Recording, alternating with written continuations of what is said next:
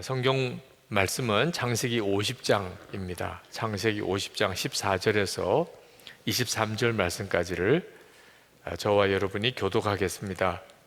창세기 50장 14절부터입니다. 요셉이 아버지를 장사한 후에 자기 형제와 호상꾼과 함께 애굽으로 돌아왔더라. 요셉의 형제들이 그들의 아버지가 죽었음을 보고 말하되, 요셉이 혹시 우리를 미워하여 우리가 그에게 행한 모든 악을 다 갚지나 아니할까 하고, 요셉에게 말을 전하여 이르되 당신의 아버지가 돌아가시기 전에 명령하여 이르시기를, 너희는 이같이 요셉에게 이르라. 내 형들이 내게 악을 행하였을지라도 이제 바라건대 그들의 허물과 죄를 용서하라 하셨나니, 당신 아버지의 하나님의 종들인 우리 죄를 이제 용서하소서 하매, 요셉이 그들이 그에게 하는 말을 들을 때에 울었더라. 그의 형들이 또 친히 와서 요셉의 앞에 엎드려 이르되 우리는 당신의 종들이니이다. 요셉이 그들에게 이르되 두려워하지 마소서. 내가 하나님을 대신하리이까. 당신들을 나를 해하려 하였으나 하나님은 그것을 선으로 바꾸사 오늘과 같이 많은 백성의 생명을 구원하게 하시려 하셨나니, 당신들은 두려워하지 마소서. 내가 당신들과 당신들의 자녀를 기르리이다 하고 그들을 간곡한 말로 위로하였더라. 요셉이 그의 아버지의 가족과 함께 애굽에 거주하여 110세를 살며 에브라임의 자손 3대를 보았으며 므낫세의 아들 마길의 아들들도 요셉의 스라에서 양육되었더라. 아멘. 꽤 오래전이긴 합니다만 성령 집회 때 믿지 않는 가족들의 구원을 위한 특별 기도 집회를 한 적이 있습니다. 그때 교회에서 성령 집회에 오신 성도들에게 손수건을 준비해서 나눠드렸습니다.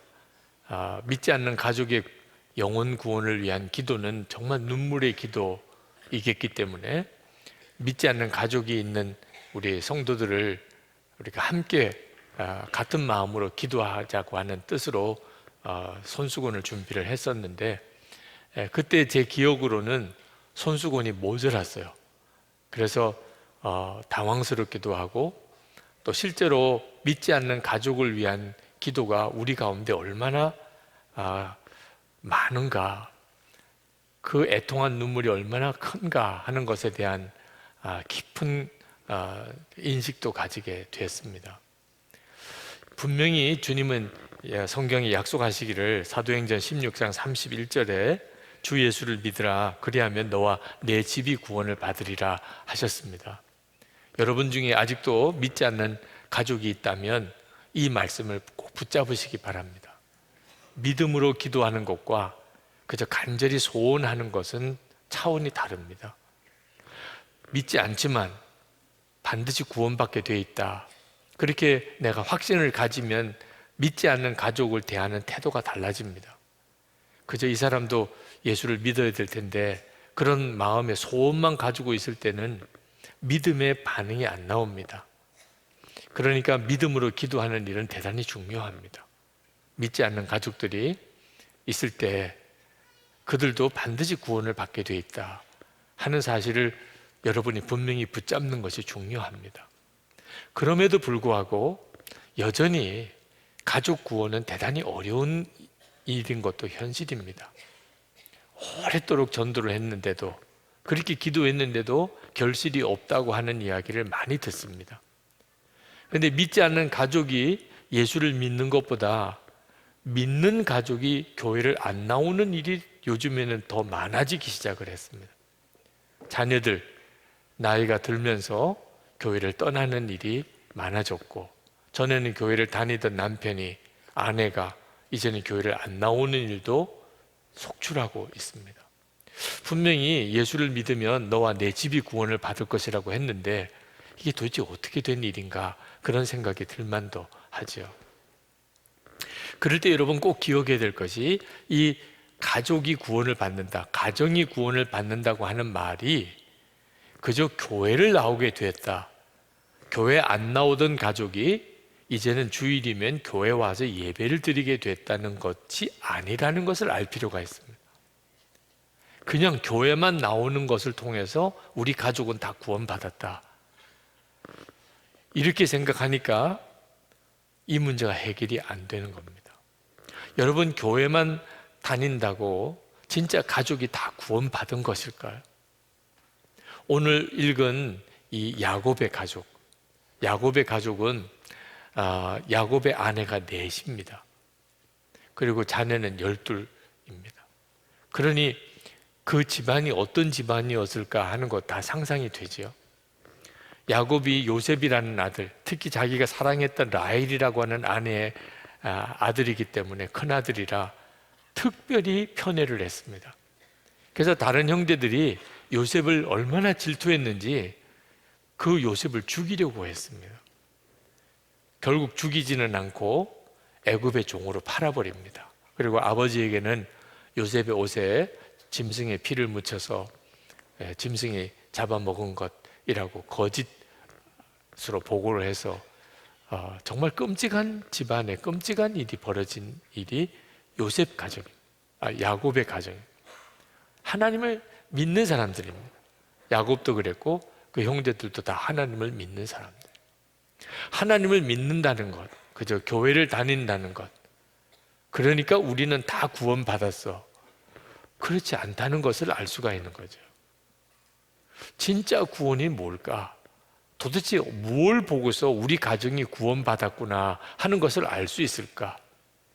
이 점에 대해서 우리가 좀 분명해야 가정 안에 구원의 역사가 일어날 수 있는 겁니다. 그저 교회 다니는 거 하나만 구원인 줄로 생각하고 가족 전도를 하려고 하니까 가족들이 주께로 돌아오는 일이 오히려 어려워지는 거죠. 야곱이 죽게 됩니다.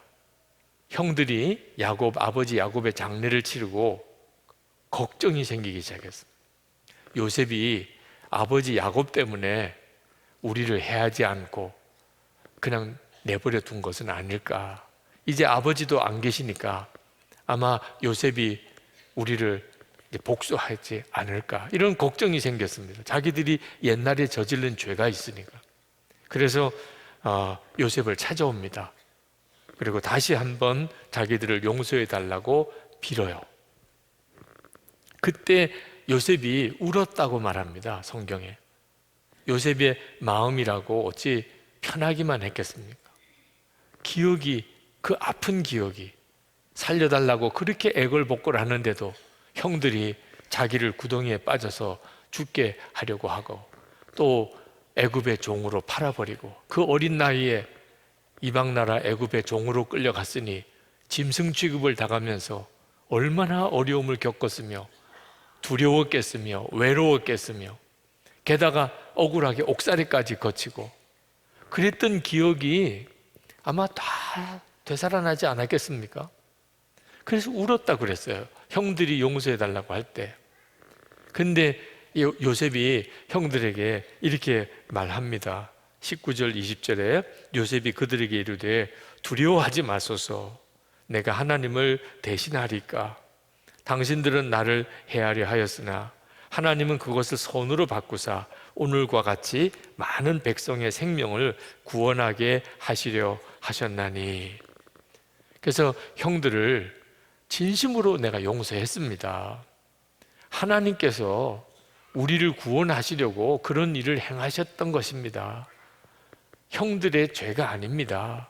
그렇게 요셉이 용서했어요. 그래서 정말 찢길 대로 찢길 가족입니다. 야곱의 가족은 아주 막장 드라마와 같은 거예요. 그런데 요셉의 용서를 통하여 큰 민족, 하나님이 온 세계를 구원할 이스라엘 민족을 이루게 됩니다. 이게 구원인 거예요. 그러니까 어떤 가족이 구원을 받은 가족이냐? 십자가의 용서가 그 가정 안에 있는 가족을 구원받은 가족이라고 하는 겁니다. 교회를 나오는 가족이 다 구원받은 게 아니고, 교회를 나오면 십자가의 용서가 있을 가능성이 크지요.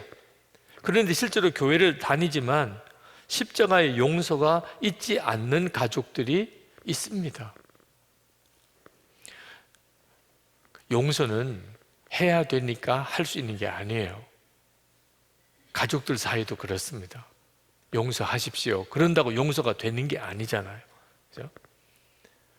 용서는 하나님의 은혜를 정말 체험한 사람만 할 수 있는 겁니다.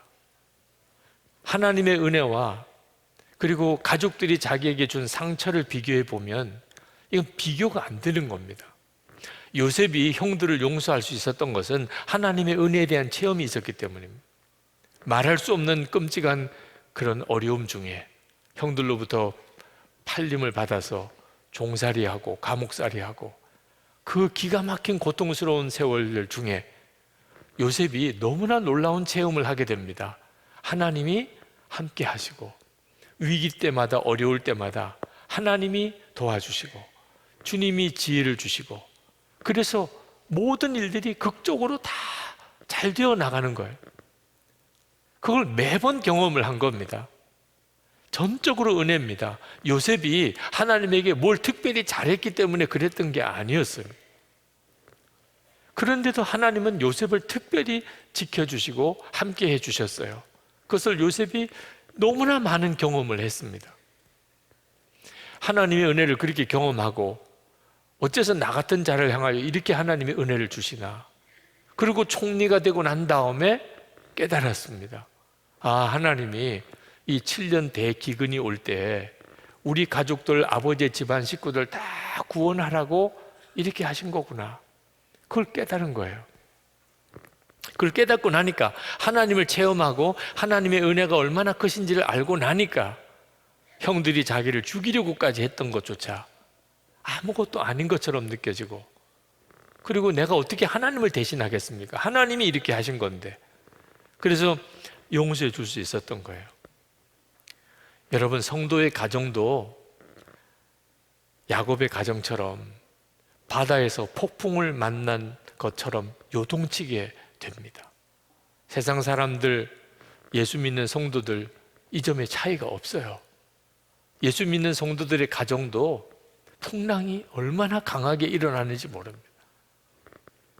많은 그리스도인들이 그걸 부끄럽게 생각합니다.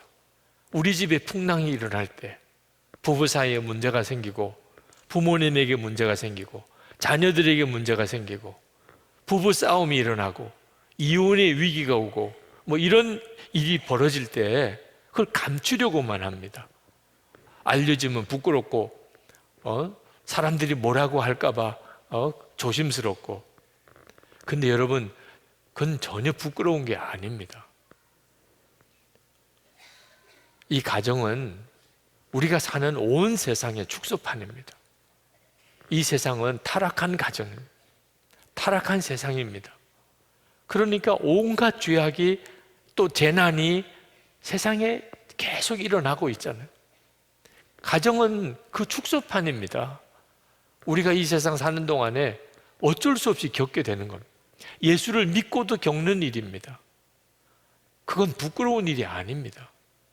싸움이 일어나고 그리고 가족들 중에 무슨 큰 문제가 생기고 그랬던 일이 부끄러운 일이 아니에요. 진짜 부끄러운 일은 십자가의 용서가 없는 거예요. 예수를 믿었는데 예수를 믿은 사람이 자기 가정 안에서 십자가의 용서로 가족을 대하지 못하는 것, 그게 부끄러운 거예요. 풍랑이 일어날 때, 가정 안에 풍랑이 일어날 때 그때 십자가가 반드시 있어야 합니다. 그러면 가정이 건짐을 받아요. 그런데 누구도 십자가를 지려고 하지 않습니다. 그게 부끄러운 거예요. 그게 돈 때문에 형제들 사이에 불화가 일어나는 그런 가정을 보았습니다. 교인이에요. 교인들 가정 안에도 돈 문제로 인해서 가족끼리 원수되는 경우를 많이 봅니다. 손해 본 것을 어떻든지 돌려달라고 하고 한쪽에서는 도무지 그걸 해낼 능력이 없고, 제가 옆에서 보니까 이건 어쩔 수 없이 그냥 용서하고 받아들이는 수밖에 없겠더라고요. 근데 그걸 안 받아들이는 거예요. 절대로 용서할 수 없다는 거예요. 돈 문제가 한번 관여되니까 아무것도 귀에 안 들어오더라고요. 용서하고 어떻게 하겠습니까? 갚을 능력이 없는데 괜찮아요. 우리 다시 주님 앞에서 시작합시다. 차라리 그랬으면 제가 보기에는 둘 다가 일어났을 것 같아요. 근데 절대로 용서할 수 없다. 세상 법정까지 나가서 서로 싸우고 완전히 돌이킬 수 없는 단계까지 그냥 깨어지고, 그리고 둘 다가 다 망가지는 거예요.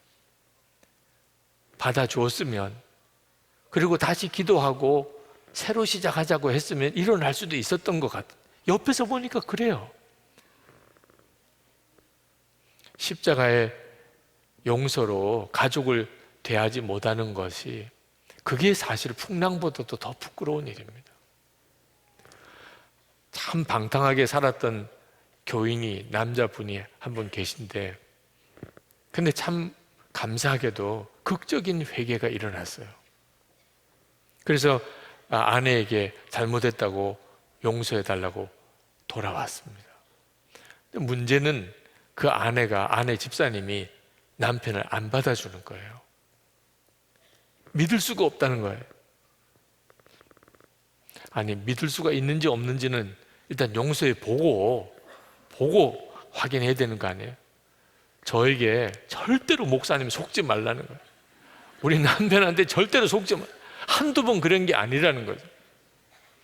제 생각에는 그래도 그렇게 잘못했다고, 정말 잘못했다고 그러는데 받아주셔야 또 바로 설 수 있지 않겠는가. 그런데 끝까지 못 받아주더라고요. 그리고 그 남편이 옛날 성질이 이따금 나오면 그렇게 기뻐하는 거예요. 그것 봐. 안 변했어. 이 사람 절대 안 변했어. 마치 그걸 기다렸다는 것처럼, 그렇게 나오기를 기다렸던 것처럼. 옆에서 보기가 참 안타깝더라고요. 예수를 믿고 우리가 받은 은혜가 뭔지를 잊어버린 거예요. 우리가 예수님을 믿었다는 것은 뭐죠? 주님의 십자가로 지옥 갈 우리가 용서받고 하나님의 자녀가 되는, 정말 있을 수 없는 은혜를 받은 거잖아요. 이 사실을 정말 우리가 믿는다면, 그러면 가정 안에서 가족에게 반드시 그 십자가의 용서로 대해야 하는 거죠. 이것이 가정을 풍랑에서 건지는 하나님의 방법입니다. 여러분이 가정에서 겪는 최악의 상황이 뭔지 아십니까? 부모의 사랑을 받지 못했다. 심지어 부모로부터 학대를 당했다. 어려서부터 따돌림을 당하고 완전히 외톨이로 자랐다. 배우자가 일찍 죽었다. 배우자가 바람을 피운다. 자녀가 반항하기 시작했다. 자녀들이 부모보다 더 일찍 죽었다. 이런 일들이 다 우리 가정 안에서 일어나는 끔찍한 일들입니다. 그렇지만 그게 최악의 상황은 아닙니다. 그거 다 정말 있어서는 안 될 일이고 너무나 고통스러운 일인 것만은 사실이지만 최악은 아니란 말이에요. 최악은 뭐지요?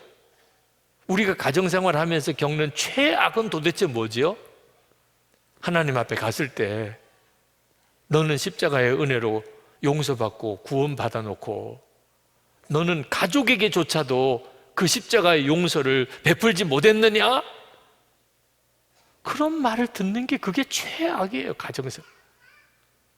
그걸 분명히 알아야 되는 거예요. 우리가 가정에서 겪는 최악의 상황이 뭔가? 하나님 앞에 갔을 때 거기서 결정나는 거예요.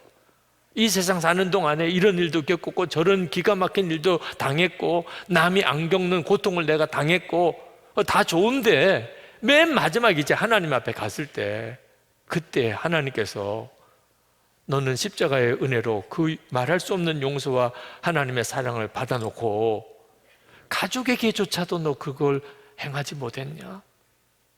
그런 말 들을 때예요. 그러니까 여러분, 우리가 항상 기억해야 될 것은 하나님 앞에 섰을 때 내가 어떤 평가를 받을 것인지를 염두에 두고 지금을 봐야 되는 거예요. 도무지 참을 수가 없어, 도무지 견딜 수가 없어, 이런 일이 생길 때라도 하나님 앞에 섰을 때 그때를 생각하고, 그때 내가 하나님께서 너 잘했다, 너 정말 잘했다, 이렇게 말을 들으려면 내가 지금 어떻게 해야 되는 거지? 이걸 분별해야 돼요. 그게 가장 놀라운 지혜예요. 그게 뭡니까? 십자가를 지는 거예요. 그러면 가정 안에 하나님의 역사가 일어나요. 오직 그 길밖에 없어요. 우리 가정이 구원받은 가정인지는 예수 믿는 우리들이 자기 십자가를 지고 주님을 따르는 일이 가정 안에서 일어나야 돼요. 이 일은 그때 당장은 억울한 것 같고 바보 소리 듣는 것 같고 정말 초라해지는 것 같아도 하나님 앞에 섰을 때 그때는 정말 말할 수 없는 기쁨이에요. 손영훈 목사님 두 아들 죽인 안재선이라는 공산당 청년을 용서합니다. 어떻게 그게 가능할 수 있죠?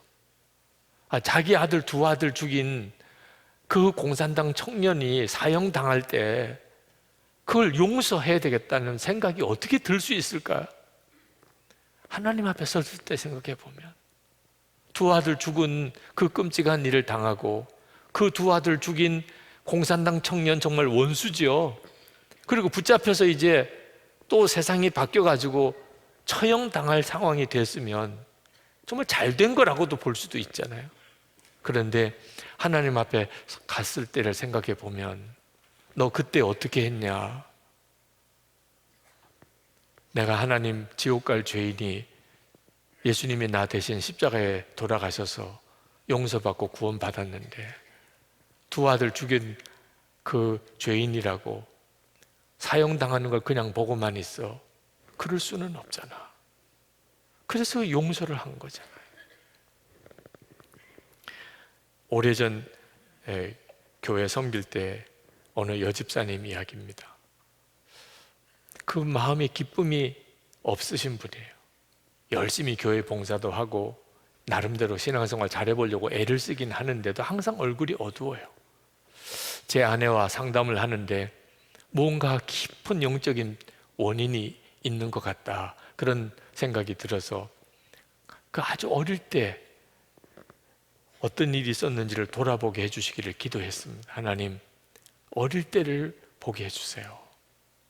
근데 상상이 안 되는 기억이 떠오른 거예요.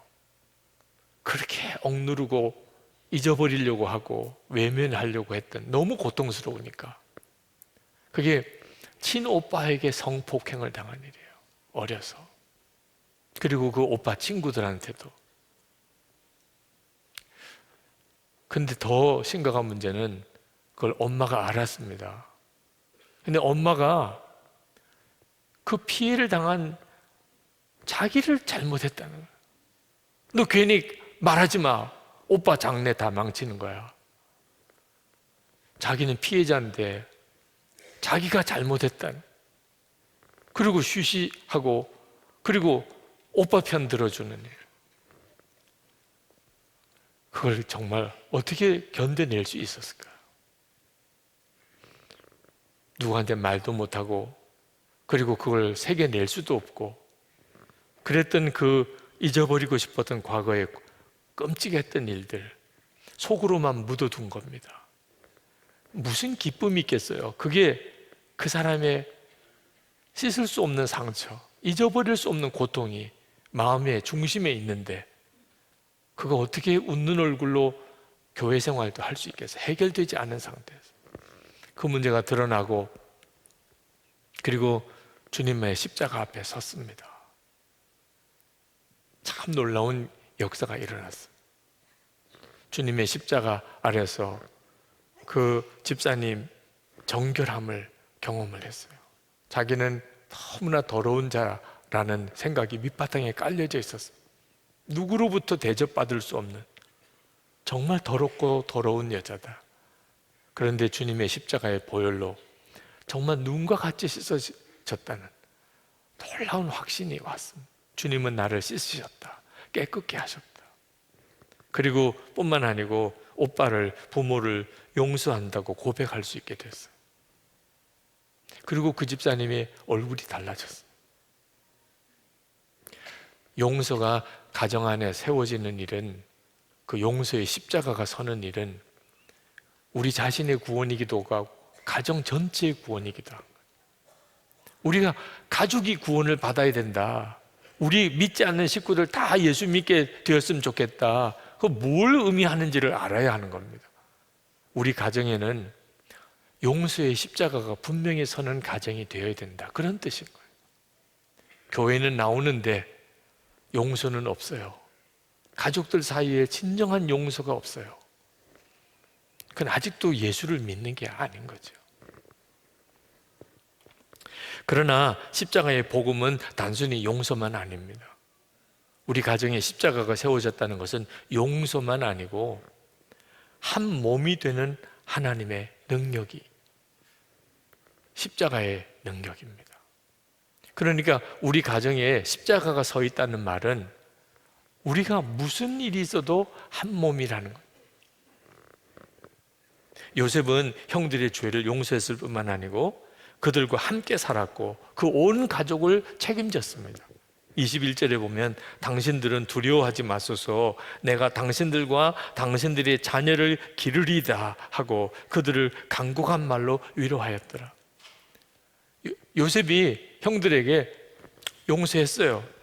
네, 용서했습니다. 이제 알아서 가세요. 그러지 않았습니다. 지난날에 나에게 어떻게 했던 거 내가 복수 안 하겠습니다. 잊어버립시다. 그러나 우리 다시는 얼굴 보고 살지는 맙시다. 그럴 수도, 그것만도 대단한 일이잖아요. 그들은 나를 죽이려고 했고 끔찍한 일을 겪게 했는데 아버지 살아계시는 동안에는 어쩔 수 없이 우리 같이 살았지만 이제 아버님도 돌아가셨고 이제 우리 서로 얼굴 보지 맙시다. 그럴 수도 있잖아요. 근데 요셉은 그러지 않았어요. 내가 다, 가족들 내가 다 돌보겠습니다. 내가 다 책임지겠습니다. 하나가 돼요. 단순히 그냥 용서했다는 게 아니고 끝까지 우리는 하나다. 헤어질 수 없다. 그게 십자가의 능력인 거예요. 손영원 목사님 안재선 청년 용서했을 뿐만 아니고 양자 삼은 이유도 그 까닭인 거예요. 그냥 용서할 수도 있죠. 그런데 양자를 삼았어요. 그건 가족들도 다 이해하기 쉽지 않았습니다. 결국은 두 아들 죽인 그 원수가 자기 아들이 되는 일이 벌어졌죠. 근데 그 뒷이야기를 이렇게 쭉 들어보면 참 마음이 안타까운 것은 손양원 목사님과 그 딸들은 그렇게 받았는데, 안재선을 아들로, 오빠로 받았는데 그 교회 교인들은 그걸 못 해내는 것 같아요. 사실 교인 입장에서 생각해 보면 쉽지는 않았겠죠. 우리 목사님 아들 죽인 그 사람이, 우리 목사님이 양자 삼았는데 저 사람이 그 사람이래. 그러면 말 걸고 싶겠어요? 뭐 같이 옆에서 밥 먹자고 하고 싶겠어요? 우리 목사님 아들 죽인 그 원수 같은 놈이구나. 어떻게 우리 목사님은 양자까지 삼을 수 있어? 나는 못해.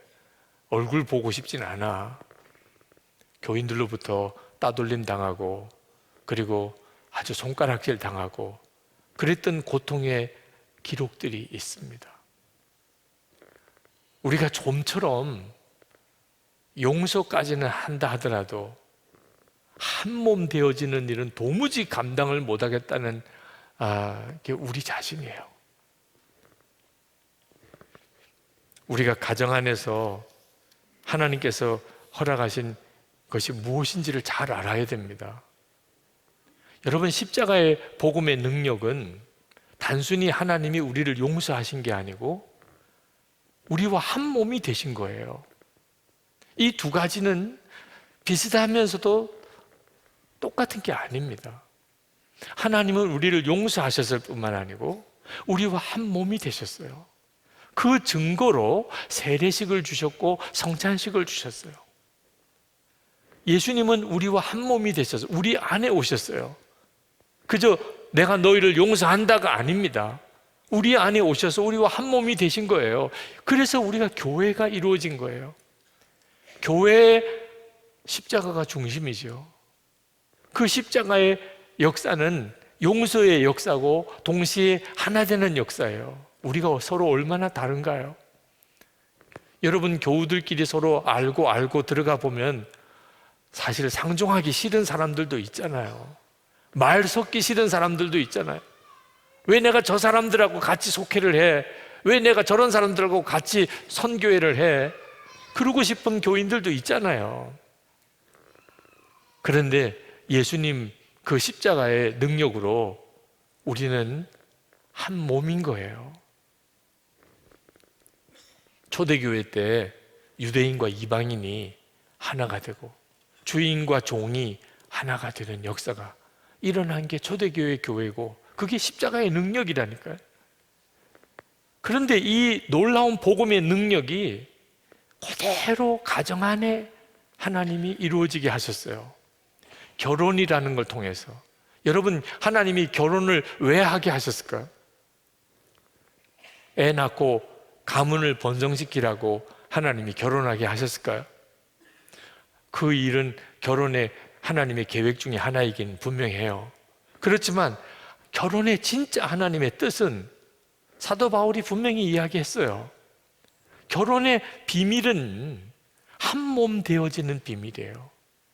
아니, 남자와 여자가 결혼식 때 한 몸이라고, 이제 부부가 되었으니 한 몸이라고, 아니 싸우지 말고 잘 살아라, 이 정도만 해도 이해하기가 쉽잖아요. 결혼했으니까 이제 싸우지 말고 잘 사세요, 이렇게만. 이제는 두 사람은 한 몸입니다. 믿어지십니까? 아니 어떻게 한 몸이 돼요? 어떻게 남자와 여자가, 남편과 아내가 어떻게 한 몸이 되냐고요. 그런데 분명히 너희들은 한 몸이라. 예수님과 우리가 한 몸입니까? 어떻게 한 몸이 될 수 있어요? 십자가에서 예수님이 우리 안에 오시고 우리가 예수님 안에 거하면서 한 몸이 되는 놀라운 기적이 일어났잖아요. 우리가 그것을 믿는 것을 복음을 믿는다고 하는 거잖아요. 그 똑같은 역사가 한 남자와 한 여자가 부부가 되는 일을 통하여 하나님이 우리 가운데 보여주셨어요. 복음이 뭔지를 결혼을 통하여 보여준 거라고. 이것이 십자가예요. 그래서 아내는 남편에게 예수님께 하듯이 순종하는 거고, 남편은 아내를 예수님께서 하신 것처럼 사랑하는 거예요. 이 순종과 사랑은 계명이 아닙니다. 한 몸 되어지는 것을 지켜내는 하나님의 지혜예요. 순종하려면, 사랑하려면 반드시 십자가를 져야 돼요.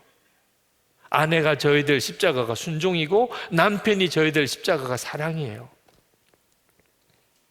그러면 그 가정은 구원받은 가정이에요. 남편과 아내가 한 몸이 되어진, 한 몸이 되어졌다는 말은 헤어질 수가 없다 뜻이에요. 이혼 가능성이 없는 거예요. 한 몸인데, 여러분 얼굴이 마음에 안 든다고 백화점 가서 새 걸로 갈아 끼겠습니까? 이쁜 걸로 주세요. 말도 안 되잖아요. 어떻게 얼굴이 마음에 안 든다고 새 걸로 갈아 낍니까? 마음에 안 드는 얼굴이라도 할 수 없이 발라가면서 사는 거죠, 뭐. 그죠? 꾸며가면서. 그거 어떻게 바꿔요? 네. 그냥 내가 생각에 마음 안 드는 부분을 잘 다듬어 가면서 사는 거죠, 뭐. 부부도 마찬가지죠. 부부가 되었다는 말은 이제는 한 몸이 되었으니 헤어질 가능성이 없다는 뜻이에요. 그러려면 어떻게 그게 가능해요? 누군가가 십자가를 져야죠. 나는 죽고 예수로 살지 않으면 저절로는 안 되는 일이라니까요. 이것이 가정을 주신 하나님의 뜻이에요. 가정에 십자가가 세워졌다는 말은 부모와 자녀 사이에도 도무지 마음이 안 들고 서로 속 썩이고 속 썩고 그런 관계라도 우리는 한 몸이다. 떼어낼 수가 없다. 그것을 끝까지 지켜가는 거예요. 결혼의 문제는 자기를 행복하게 해줄 사람을 찾으려니까 문제가 되는 거예요. 신체적으로나 정서적으로나 정신적으로나 내 욕구를 채워줄 사람을 찾으려니까 가정생활이 어려워지는 거예요.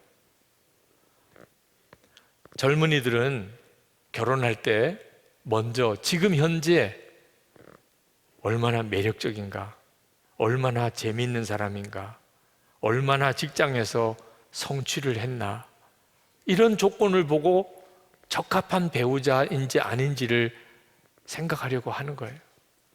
그러니까 가정생활이 어려워지는 거예요. 기준이 잘못되어 있기 때문이에요. 이기적인 거예요. 나를 만족시키는 것, 나를 행복하게 해줄 수 있는 그런 상대방을 찾으려고 하는 거죠.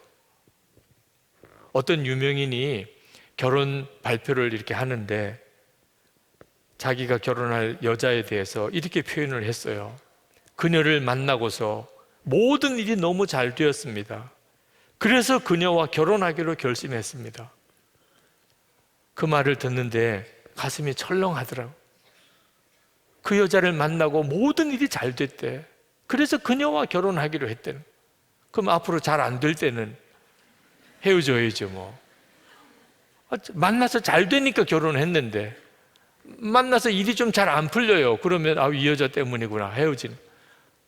얼마나 이기적이에요. 내 행복을 위해서, 내가 뭐 잘 되기 위해서, 그것 때문에 배우자가 있어야 한다는 거예요.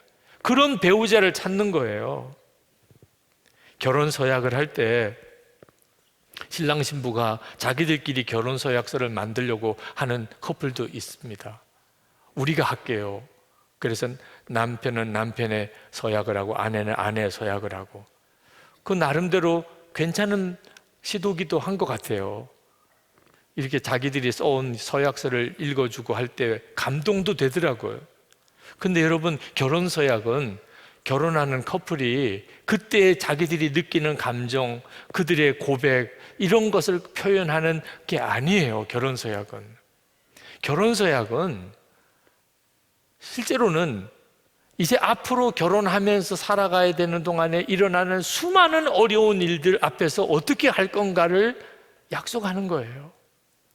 그건 자기들이 아주 기분이 좋을 때, 낭만적일 때, 감정적으로 서로 좋아할 때 만들 수 있는 게 아니에요. 치매에 걸린 아내, 남편은 어떻게 해야 되지요? 아내에게서 더 이상 낭만도 없어요. 치매인 아내를 둔 남편에게 무슨 낭만이 두 사람에게 있겠어요? 성관계도 있을 수 없고 파트너십도 없고 동반자 관계가 가능하지도 않고, 결혼이 말입니다, 서로 낭만도 있고 파트너십도 있고 동반자 관계도 되고 애정도 서로 나눌 수 있고 그래야 결혼이지. 그러면 치매에 걸린 아내는 헤어지는 거죠. 무슨 결혼이 돼요? 예수님은 어떻게 하셨을까요? 우리는 예수님의 신부입니다. 그런데 우리도 정말 치매에 걸린 아내와 같아서 예수님이 신랑인 걸 알아보지도 못하고, 심지어는 부인까지도 하고, 내가 신부라는 것 자체를 잊어버리고, 그리고 다시 옛날 생활로 돌아가 버리고. 그런데 예수님은 어떻게 하셨죠? 끝까지 이혼하지 않으셨어요. 자기를 잊어버리고 자기를 떠나고 자기를 부인하고 자기를 저주까지 했던 신부에게 예수님은 항상 같이 계셨어요. 끝까지 함께 하셨어요. 그리고 나를 사랑하느냐고 계속 물으세요. 그런 신부를 위해서 예수님은 십자가를 지셨고, 그리고 해골 골짜기, 스올의 골짜기를 지나가셨습니다. 다 신부를 위해서 하셨어요. 신부인 우리는 예수님을 위해서 하나도 덕이 될 게 없어요. 제대로 한 것도 아무것도 없어요. 그런데 신랑 되시는 주님은 끝까지 우리와 함께 하시고 떠나지 않으시고 우리를 위해서 죽으시고 그리고 우리를 사랑하셨어요. 가정에서 십자가가 세워졌다는 말은 예수를 믿는 사람도 가정에서 그렇게 한다는 거예요.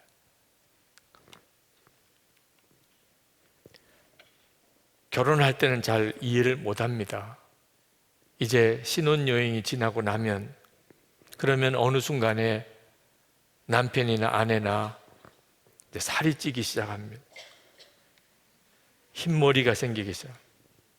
머리카락이 빠질 때도 옵니다. 배우자가 암으로 화학요법을 받는 순간이 올 수도 있습니다. 호스피스 병동에서 배우자의 침상 곁을 지켜야 할 때가 올 때도 있습니다. 결혼 서약은 그때 어떻게 할 거냐 하는 거예요. 어느 날 집이 은행에 차입당하는 일도 생깁니다. 평생 저축한 돈을 아들 마약 중독 재활 프로그램에 쓸 수도 있습니다. 그런 일들이 가정에서 일어납니다. 그때 어떻게 할 거냐 하는 거예요. 십자가가 분명하지 않으면 그러면 다 깨지게 되어 있습니다. 모든 결혼은 위기에 봉착합니다. 누군가가 아프기도 하고 해고당하기도 하고 재정적으로 완전히 바닥을 치기도 하고 배우자가 바람을 피울 수도 있고 그때 결혼 서약이 의미가 있는 거예요. 죽음이 갈라놓을 때까지는 누구도 우리를 가릴 수가 없다. 마귀는 어떻게 해서든지 부부와 가족을 깨트리려고 합니다.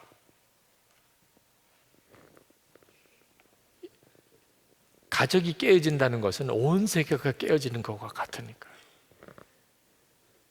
예수님께서 절대로 교회를 버리지 않겠다, 우리를 버리지 않겠다고 하는 계속 확증으로 우리에게 성찬을 주셨습니다. 주님 오실 때까지 성찬을 하라고 그랬어요. 우리와 늘 함께 한다. 계속 우리에게 주님이 주신 약속을 기억하게 하시는 거죠. 결혼식 서약을 기억해야 하는 거예요. 우리가 위기가 올 때, 진짜 힘들 때 결혼식 서약을, 목사님 저 결혼식 때 무슨 서약 했는지 다 잊어버렸어요. 저에게 오세요. 제가 다시 프린트해 드릴 테니까. 네. 주님 앞에서 남편과 아내가 결혼할 때 했던 서약은 케이스마다 다른 게 아닙니다. 똑같아요. 그건 내가 만드는 것도 아니에요. 아내는 순종하고 남편은 사랑하는 거예요. 예수님께서 우리를 위해서 그렇게 하셨어요. 절대로 버리지 않겠다. 무슨 일이 있어도 포기하지 않는다. 그게 십자가예요. 여러분, 가정은 우리를 행복하게 하기 위해서 주어진 게 아닙니다. 물론 가정 안에서 하나님이 주시는 행복을 누릴 수는 있어요. 그렇지만 그 근본 뿌리는 주님께로부터 오는 겁니다. 행복은 주님께로부터 오는 거지 가족이 주는 게 아니에요. 그러면 가정은 우리에게 도대체 왜 주어진 거죠? 우리를 거룩하게 하기 위해서 주어진 것입니다. 그래서 가정 안에 이렇게 지지고 볶는 일들이 계속 일어나는 거예요. 그런데 그런 일이 우리를 행복하게 만들어 주지는 않는 것 같지만 우리를 거룩하게 만듭니다. 연단을 통해서 때때로는 정말 마음에 상처를 주는 일을 겪으면서 우리로 하여금 기도하게 하고 주님께 더 매달리게 하고 주님을 더 바라보게 하고 십자가에 더 가까워지게 하고 십자가를 지게 만들고, 가정에 우리 기가 막힌 어려운 일들 많잖아요. 그런데 그 많은 어려운 일들로 인해 가지고 우리에게 어떤 일이 왔나요? 우리가 더 거룩해졌어요. 이게 정말 놀라운 신비지요. 그러니까 행복해야지 라는 기준으로 보면요, 늘 원망밖에 할 게 없어요. 이게 행복이야? 이러자고 결혼을 하자고 그랬어? 낳아달라고 그랬나요? 내가? 당신들이 마음대로 해서 낳아놓고. 하여튼 맨 이런 식으로 사는 거예요. 왜? 행복하게 해달라고. 가정이 행복을 주는 줄로 생각하니까 가정생활이 계속 원망, 불평 깨어지는 거죠.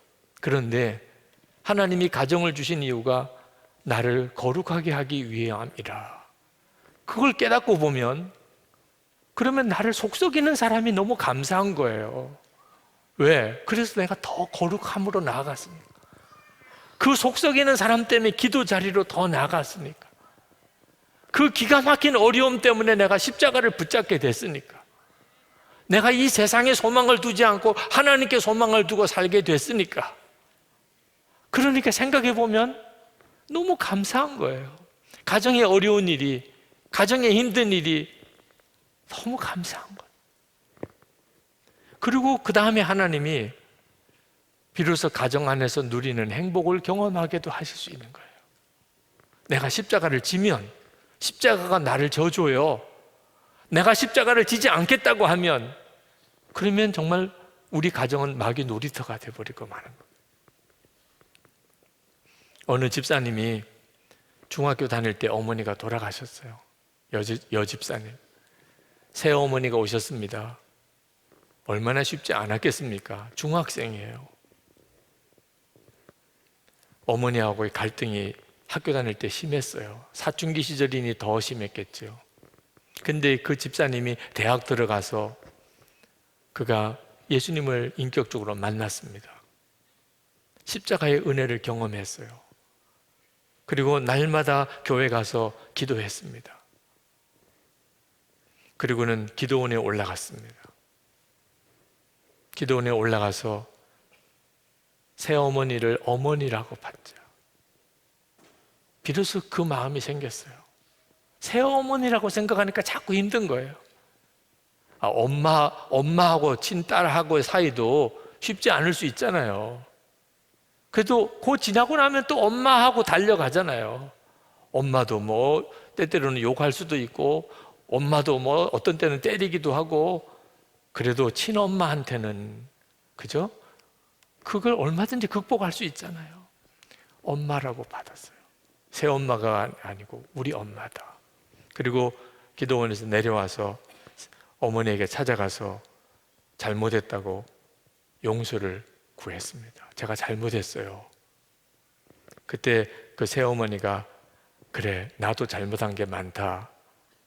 그랬으면 참 좋았을 텐데 이제야 깨달았냐. 이렇게 나오니까 얼마나 힘들겠어요. 기도원에 가서 은혜 받고 이제 내 엄마다. 그러니까 뭐 그동안에 잘했고 못했고가 뭐 있냐. 그동안에 그걸 자꾸 힘들어했던 것 자체를 내가 잘못했습니다. 그랬는데 이제야 깨달았냐. 이렇게 나오면 정말 이게 정말 또 순간 뒤집어질 수도 있지요. 그런데 엄마니까. 세월이 흐르고 그 집사님과 새어머니 사이의 관계가 정말 친엄마와 딸 관계가 됐어요. 그 새어머니가 다른 사람한테 이야기할 때 언제나 그 딸 칭찬을 해요. 참 기가 막힌 일이죠. 십자가를 지는 우리는 하나야, 한 몸이야. 예수님께서 우리에게 주신 은혜예요. 주님과 우리가 떨어질 수 없는 하나가 되게 하신 거예요. 그렇게 우리가 성찬을 많이 받았잖아요. 그대로 가족들에게 하라는 겁니다. 어느 유명한 여자 아나운서가 결혼을 할 때 의사인 청년이 중매가 들어왔더랍니다. 다 좋은데 교회를 안 다니는 게 흠이에요. 그래서 나는 교회 다니지 않으면 결혼 안 한다고 그랬는데, 교회를 다니겠다고 하더래요. 그때 두고두고 후회할 결정을 내립니다. 교회 다니는 걸 조건으로 가렸던 거. 그래서는 안 되는 것은 예수를 믿는 걸 조건으로 해야 되는데, 교회 다니는 걸 조건으로 한 바람에 결혼하고 난 다음에 교회를 나오긴 하는데 계속 조는 거예요. 남편의 입장에서는 약속을 지켰어요. 교회를 나왔어요. 나와서 은혜가 안 되니까 계속 졸기만 한 거. 근데 아내는 계속 그것 때문에 불평인 거죠. 아내의 얼굴이 점점 어두워져 갑니다.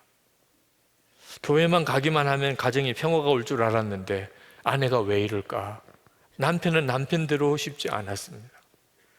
결국은 이 여자 아나운서인 성도님은 이혼 생각을 합니다. 이렇게 더 이상 살 수는 없어. 남편이 진짜 예수를 믿지 않는다면 교회 다니는 게 무슨 의미가 있어? 그런 생각을 했습니다. 나중에는 자고 있는 모습까지 믿더래. 그러다가 어느 순간에 갑자기 깨달아졌어요. 내가 남편을 위해서 한 번 제대로 기도를 했나? 생각해 보니까 미워만 하고 요구만 했지, 여러 가지 바쁜 아나운서 생활 때문에 기도 생활 제대로 하지를 못하고 있었던 거예요. 그래서 바쁜 생활이지만 새벽 기도부터 시작을 했습니다. 그리고 자기 자신이 1:1 양육을 받기 시작을 했어요. 이제 체면 때문에 쉬쉬할 일이 아니라고 생각하고 양육해 주시는 분에게, 그리고 공동체에 남편을 위한 기도 부탁을 했습니다. 그렇게 한 지 6개월쯤이 지나서 기적 같은 일이 벌어졌어요. 그렇게 두들겨주고 싶을 만큼 미웠던 남편이 잘생긴 것처럼 보이더라고요. 남편을 보니까 잘생긴 거예요. 아내의 얼굴이 변한 것을 남편이 느꼈습니다. 화장을 한다고 그 속마음이 바뀌는 건 아니잖아요. 남편은 알지요. 아내가 그 특유의 명랑함을 회복했다는 것을 느꼈어요. 어느 순간에 남편의 얼굴에도 웃음이 번지기 시작을 했습니다. 아내의 변화에 남편의 마음도 점점점 이렇게 신앙으로 바뀌어졌어요. 그 남편이 한 말입니다. 예수 믿는 것이 좋은 것이구나 하고 처음 느꼈습니다. 여러분, 십자가를 지면 십자가가 나를 져줘요. 여러분, 가정 안에 힘들고 어려운 일이 있습니까? 십자가로 가야 됩니다. 가정 안에서 그 문제를 해결하려고 해서는 답이 없습니다. 우리 가정의 구원은 오직 십자가에만 있습니다. 여러분이 주님의 십자가에 나아가면 용서의 은혜를 받고 한 몸 되어지는 은혜를 받습니다. 정말 예수님과 깊은 하나가 되는 기쁨을 누리게 돼요. 거기서부터 모든 힘이 오게 돼요. 하나님이 나를 얼마나 사랑하시는지를 내가 느껴야 비로소 내가 다른 사람에게 사랑을 베풀 수가 있게 됩니다. 받은 사랑도 없는데 어떻게 사랑을 줄 수 있나요? 용서를 어떻게 주나요? 한 몸 된 사랑을 어떻게 주나요? 내가 먼저 받아야죠. 그래서 나는 죽고 예수로 사는 24시간 예수님을 바라보라고 하는 거예요. 여러분이 그렇게 믿음으로 서야 비로소 우리 가정 안에 하나님의 은혜와 사랑이 흐릅니다. 그게 구원받은 가정이에요. 가족들이 다 알아요. 예수 믿는 게 진짜 좋은 거라는 걸. 왜? 다른 가정하고는 완전히 다르니까. 우리 가정 안에는 용서가 있어요. 끝까지 하나됨이 있어요. 그러면 세상을 이길 힘이 생기게 됩니다. 오늘 이 시간에 우리 가정 안에 정말 하나님 십자가가 서기를 원합니다. 기도하고 답을 얻고 가시기 바랍니다. 여러분, 한번 마음에 떠오르는 사람이 누군지 생각해 보세요. 남편입니까? 오늘 설교 듣는 중에 내내 남편이 계속 떠오릅니까? 또는 아내가 떠오릅니까? 부모님의 문제가 있습니까? 자녀들의 문제가 있습니까? 형제들입니까? 친척입니까? 아주 어릴 때 기억이 여러분을 괴롭힙니까? 십자가를 통과해야 합니다. 거기서만 해결이 있습니다. 내가 얼마나 엄청난 용서를 받은 사람인지, 그리고 하나님은 나를 당신과 한 몸이 되게 하신 은혜를 주셨음을 기억하셔야 합니다. 그리고 그것을 가족에게 흘려보내시기 바랍니다. 우리 찬양하고 기도를 하겠습니다. 찬양 무엇이 변치 않아? 그 찬양을 부르실 때 여러분이 주님의 십자가의 은혜 안에 깊이 들어가실 수 있게 되기를 바랍니다.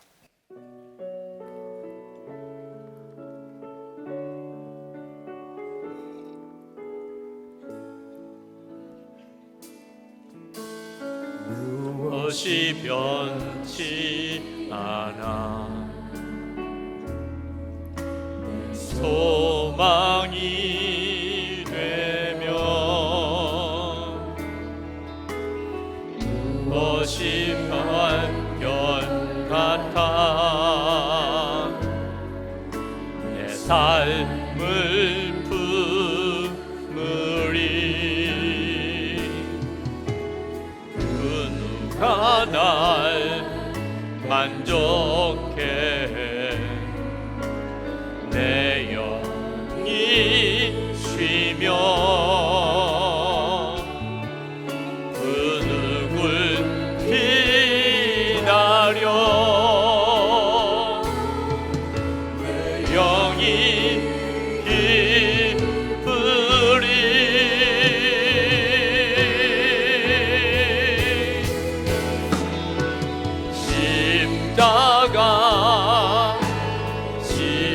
십자가 그 그늘 아래 내 소망이 있네 십자가 그 그늘 아래 내 생명이 있네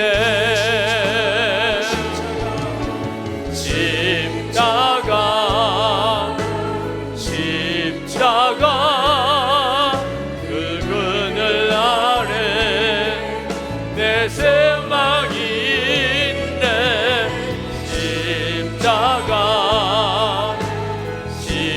십자가 그 그늘 아래 내 생명이 있네. 이 시간에 우리 첫 번째 기도할 때 하나님 제가 제 가정에서 제 십자가를 지겠습니다. 십자가를 바라보기만 하지 않고 주님 가족들 사이에 제가 져야 될 십자가를 지겠습니다. 우리 가정을 주님께서 책임져 주소서. 하나님의 은혜로 용서의 기적으로 한 몸 되는 기적으로 주님 역사해 주시옵소서. 보혈로 씻으시고 성령으로 덮어 주소서. 우리 주여 부르짖고 기도하겠습니다. 주여! 할렐루야. 그거 놀라우신 하나님의 은혜와 하나님의 역사하심을 하나님 찬양하며 글과 은혜로 도와주신 하나님, 놀라우신 주님의 은혜, 하나님의 놀라우신 역사하심을 하나님 감사합니다. 오늘도 주의 앞에 나와 기도하며 간구하는 사랑하는 성도들의 마음과 심령을 주님이 사로잡아 주시기를 원합니다. 하나님, 더 이상 십자가를 외면하지 않고 두려워하지 아니하고 하나님 싫어하지 아니하고 무서워하지 아니하고 하나님 내 십자가를 지고 살겠습니다. 하나님 남편으로 아버지로 하나님 온전한 십자가의 은혜 가운데 서기를 원합니다. 하나님 놀라우신 주님의 은혜, 말할 수 없는 십자가의 용서의 은혜, 하나님 한 몸 되어 주신 십자가의 놀라우신 능력, 하나님 가정 안에 온전히 감당하기를 원합니다. 아버지 역사해 주셔서 주님 은혜 주시고 힘 주시기를 원합니다. 하나님 놀라우신 은혜, 하나님의 말할 수 없는 사랑을 깊이 누리고 경험하게 되기를 원합니다. 아버지 오늘도 주님 앞에 나와 사모하며 기도하는 사랑하는 성도들 하나님의 능한 손에 붙드시고 오늘도 하나님 가정 안에 하나님의 역사와 하나님의 기적이 일어나게 하시기를 원합니다. 회복의 기적이 일어나게 되기 원합니다. 우리를 새롭게 하신 하나님의 기적이 일어나게 되기를 원합니다. 하나님의 역사가 놀라우게 일어나게 되기를 원합니다. 주 예수님, 놀라우신 주님, 은혜의 주님, 충만하신 주님 붙들어 주시기를 원합니다. 역사해 주셔서 하나님,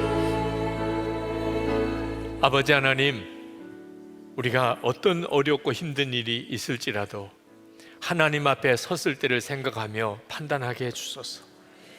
하나님 앞에 섰을 때, 이제 주님 앞에 세워졌을 때 그때를 바라보며 내가 무엇을 해야 될지, 무슨 말을 해야 될지 결정하게 해 주옵소서. 눈을 열어 주님 앞에 설 때를 바라보게 해 주시옵소서. 우리 다시 한번 주여 부르짖고 기도하겠습니다. 주여, 놀라웠고 하나님 크신 은혜를 소유시기를 원합니다. 하나님, 놀라우신 나의 하나님, 눈을 열어주셔서 하나님의 은혜 위에 은혜를 더하여 주셔서 하나님 앞에 설 때 부끄럽지 않게 하소서. 하나님 온전한 십자가의 사람으로 서게 하소서. 우리의 하나님 판단과 생각을 주장해 주시고 온전케 하시고 하나님 오직 주님을 충성하고 바라보게 하시고 하나님의 은혜 역사를 하나님 충성하게 하여 주시기를 원합니다. 놀라우신 주여, 은혜의 주여, 역사하신 주여, 붙들어 주시는 주여, 그 일이 여겨주셔서 하나님 놀라우신 하나님의 은혜로 하나님 우리를 사로잡아 주시기를 원합니다. 아버지 하나님, 주님 앞에 설 때를 하고 하나님 주님 앞에 설 때를 하나님 바라봅니다. 항상 때를 바라봅니다. 아버지 하나님 놓치지 않게 하소서. 찬양하고 하지 않게 하소서. 오판하지 않게 하소서. 영광망동하지 않게 하소서. 잘못 판단하지 않게 하소서. 오해되는 일을 하지 않게 하소서. 오직 주님 앞에 설 때 부끄러움이 없어서 하나님 주님 앞에 설 때 칭찬받는 삶이 되도록 하나님 주님 앞에 설 때 하나님 영광 받으시는 하나님 그런 말과 행동을 할 수 있게 되기를 원합니다. 놀라우신 나의 아버지, 놀라우신 나의 하나님, 주관하시고 역사하신 하나님, 충만하신 하나님, 붙들으신 하나님, 은혜 위에 은혜를 도하신 하나님, 역사해 주시기 원합니다.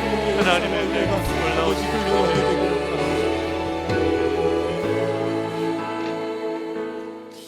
오늘도 기도회 끝나고 안수기도 받으실 분들을 위해서 목사님들이 여러분들을 위해 기도해 드릴 겁니다.